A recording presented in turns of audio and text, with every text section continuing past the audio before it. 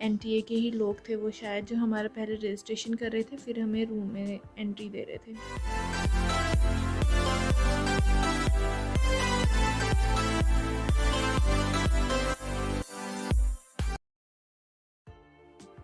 Hello guys, welcome to my channel.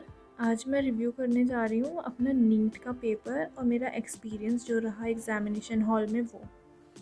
तो सबसे पहले थोड़ा सा नीट के एग्ज़ाम के बारे में बता देते हैं आपको।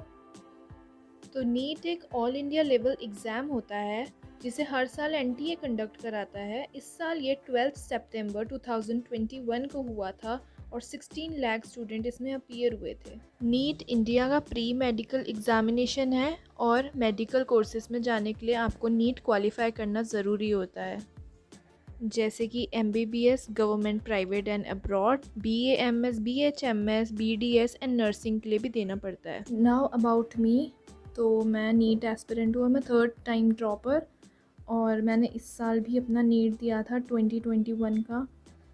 पहले मैं नीट जो दे चुकी हूँ वो थोड़ा बहुत ऐसे ही फैमिली प्रॉब्लम्स, और मैं पहले भी ग्रेजुएटेड हूँ, मैं मेरे पास BSc नर्सिंग की डिग्री है, तो उन सब की वजह से हो नहीं पाया ये सब। अब मुझे टाइम लगा है, जब मेरी डिग्री कंप्लीट हो चुकी है and I am a NEET aspirant. तो सबसे पहले पेपर का introduction.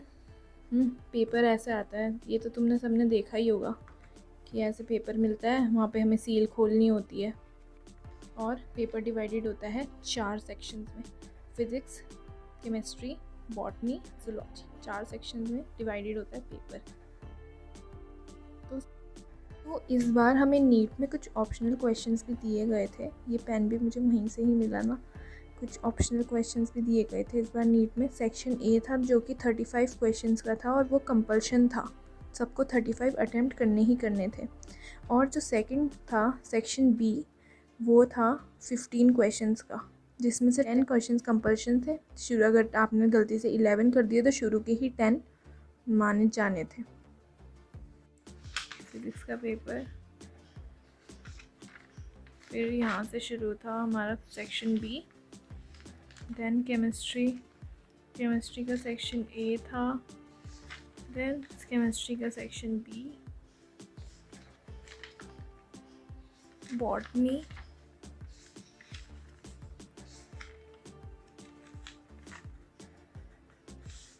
Zoology and zoology section B, and then ये 2 पेजेस हमें रफ वर्क के लिए दिए गए थे। मेरा नीट का दिन कुछ ऐसा गया कि मैं सुबह उठी, अपना आराम से सोई थी रात को, कोई टेंशन नहीं थी मुझे पता था मैंने सब रिवाइज़ कर ही लिया है पहले अच्छे से। फिर मैंने उठ के बचा हुआ भी रिवाइज़ करा। इवन मेरा सेंटर यहाँ से 20 किलोमीटर्स दूर था मेरे घर से, होम टाउन से, तो मुझे कार से ही ट्रैवल करके जाना था। सेंटर पे मैं जल्दी ही पहुँच गई थी। मेरा एंट्री टाइम 12:30 बजे का था। मैं एडमिट कार्ड भी शेयर करूँगी थोड़े टाइम बाद कि कैसा दिखता है नीट का एडमिट कार्ड। उसके बाद एंट्री हमारी अच्छे से हुई, चेकिंग भी हुई, रजिस्ट्रेशन हो रहे थे एनटीए के अंदर। एनटीए के ही लोग थे वो शायद, जो हमारा पहले रजिस्ट्रेशन कर रहे थे, फिर हमें रूम में एंट्री दे रहे थे, रूम में जाना पड़ रहा था। अलग अलग बिल्डिंग्स होती हैं और काफ़ी दूर दूर बिठा रखा था बच्चों को। मेरी क्लास में सिर्फ 12 बच्चे थे और 2 इन्विजिलेटर्स थे। थोड़ा सा ये गलत हो गया कि हमें इन्होंने बोला कि OMR शीट पहले नहीं निकालनी है, तो 2 बजने में जब 1-2 मिनट थे तभी हमसे OMR निकलाई गई, और 2:05 तक वो हल्के हल्के फिल हुई। उन्होंने इंस्ट्रक्शंस बताया, तो हमारा एग्जैक्टली पेपर 2:05 पे ही स्टार्ट हुआ, जो कि मुझे थोड़ा सा गलत लगा, ऐसे नहीं करना चाहिए। और फिर बीच में भी वो लोग बहुत डिस्टर्ब करने आते हैं, 10 से 15 मिनट हमारे इसी में ही कंज्यूम हो जाते हैं। कॉन्सेंट्रेशन से इंसान पेपर कर रहा होता है, तो बीच में उसको डिस्टर्ब नहीं करना चाहिए ना। इतना बड़ा ऑल इंडिया लेवल पेपर है, और फिर तुम ऐसा फिज़िक्स का पेपर, मैं आपको दिखाती हूँ कैसा था। फिज़िक्स का पेपर NCERT से नहीं, NCERT बेस्ड था। NCERT बेस्ड था, मतलब आपको रिफ्रेशर आपको पढ़नी ही पड़ेगी, वरना आपसे ये सॉल्व नहीं हो सकता है। इवन फिज़िक्स वाले सर, जो कि बहुत बड़े यूट्यूबर भी हैं, आप समझ ही गए होंगे मैं किसकी बात कर रही हूँ, वो तो कुछ क्वेश्चंस के लिए ये तक बोल रहे थे कि ये NIT के बच्चे भी नहीं कर पा रहे हैं, तो इतनी कम टाइम लिमिट में हम ये सब कैसे सॉल्व कर सकते हैं। और पेपर इतना ज़्यादा लेंदी था ना गाइस, आपको देखिए, आपको ना 5 क्वेश्चन हर सब्जेक्ट में एक्स्ट्रा पढ़ने हैं।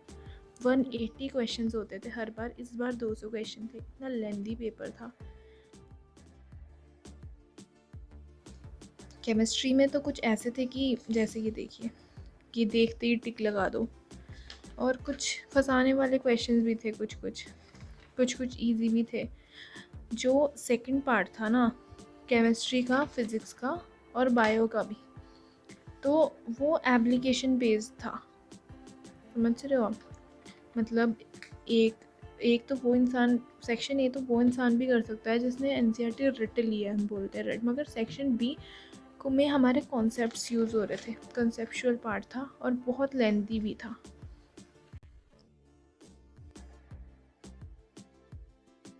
आते हैं हमारे फेवरेट सब्जेक्ट पे, बायो पे। तो बायो में क्वेश्चंस ऐसे नहीं हैं कि आउट ऑफ एनसीईआरटी आए थे, सारे आउट एनसीईआरटी बेस्ड ही थे, मगर इन्होंने इस बार ऐसे फंसा रखा था ना, मैच द फॉलोइंग भी बहुत सारे थे, बहुत ही सारे मैच द फॉलोइंग से सी, तो ऑप्शन एलिमिनेट भी नहीं हो रहे थे। इस तरह से बता दिया कि ऑप्शन एलिमिनेट ही नहीं हो रहे थे।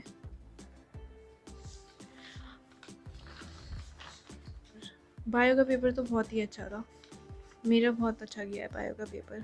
पूरा एनसीईआरटी बेस्ड था। अगर आपने एनसीईआरटी अच्छे से पढ़ी है, अपने शॉर्ट नोट्स बनाए हैं और उन्हें टाइमली रिवाइज किया है, पीवाईक्यूज़ किए और क्वेश्चंस किए, ये 5 चीज़ें करी हैं ना, तो आपके 90 में से ना मेरे हिसाब से तो 85 सही हो जानी चाहिए। मैंने क्वेश्चंस नहीं लगाए थे इतने, तो मेरे सिर्फ 70 सही हो पाए 90 में से। कुछ मैंने सिली मिस्टेक्स भी कर दी, जैसे इनकरेक्ट वगैरह नहीं देखा, और रफ वर्क की जगह बहुत कम मिलती है नीट में ना। देखो सिर्फ 2 पेजेस ही दे रखे थे इन्होंने रफ वर्क के लिए, यहाँ पीछे तो कौन ही जाएगा फिर भी। तो ऐसे ऐसे क्वेश्चन जो क्रॉस वाले होते हैं, तो इसमें मेरी सिली मिस्टेक हो गई, मैंने देखा नहीं, मैंने थोड़ी सी जगह में ही सॉल्व कर दिया और मेरा गलत हो गया। और फंसाने वाले क्वेश्चंस भी थे, जैसे क्रोमोसोम नंबर, क्रोमोसोम्स डबल नहीं होते, डीएनए डबल होता है। और साइंटिफिक नेम्स भी आए थे सी। बाकी जो सेक्शन बी था वो तो फंसाने वाला था ही। जूलॉजी भी इजी थी, जूलॉजी में भी बहुत ज़्यादा मैच द फॉलोइंग वगैरह थे, और ऐसे आंसर्स ऐसे थे ना सेट किए कि ऑप्शन एलिमिनेट आप कर नहीं पाओगे। थोड़ा बहुत, थोड़ी सी एनसीईआरटी के बाहर से हल्की सी नॉलेज होनी ज़रूरी है। ये क्वेश्चन पेपर, ये देखिए ये क्वेश्चन कैसा आ रखा है यहाँ पे। अब ऐसी चीज़ें एनसीईआरटी से कौन पढ़ता है बताओ, इतना तो हम नहीं पढ़ते हैं ना, तो पढ़ना पड़ेगा। और एट लास्ट में यही कहूँगी कि ये वाला क्वेश्चन पेपर का जो लेवल था वो था मॉडरेट टू इजी। फिज़िक्स तो डिफ़िकल्ट थी ही, केमिस्ट्री मॉडरेट थी, और बायो इजी टू मॉडरेट थी। बायो भी बिल्कुल इजी नहीं थी, बहुत ज़्यादा लेंदी पेपर था, बच्चों का पेपर छूट भी गया है इस चैप्टर में। इवन मेरा खुद का फिज़िक्स का पेपर छूटा है, मैं कुछ क्वेश्चंस तो पढ़ ही नहीं पाई, मैंने घर आके पढ़े हैं वो क्वेश्चंस। और बाकी एक्सपीरियंस बहुत अच्छा था, टीचर्स हमारे बहुत अच्छे थे। 12th के बच्चे जिन्होंने पेपर ये डायरेक्ट दिया था 12th करके, आई डोंट थिंक कि ये पेपर उनके लेवल का पेपर था, क्योंकि उनका लेवल अभी इस तरह से नहीं पहुंचा है, उनका माइंड ऐसे नहीं सोच सकता है। कुछ क्वेश्चंस तो हमसे इसलिए सॉल्व हो गए क्योंकि हमारा मेडिकल में इंटरेस्ट ज़्यादा है, हमें डिसीज़ के बारे में पता है, मगर 12th का बच्चा तो सिर्फ लिमिटेड रहता है अपने ही सब्जेक्ट्स में।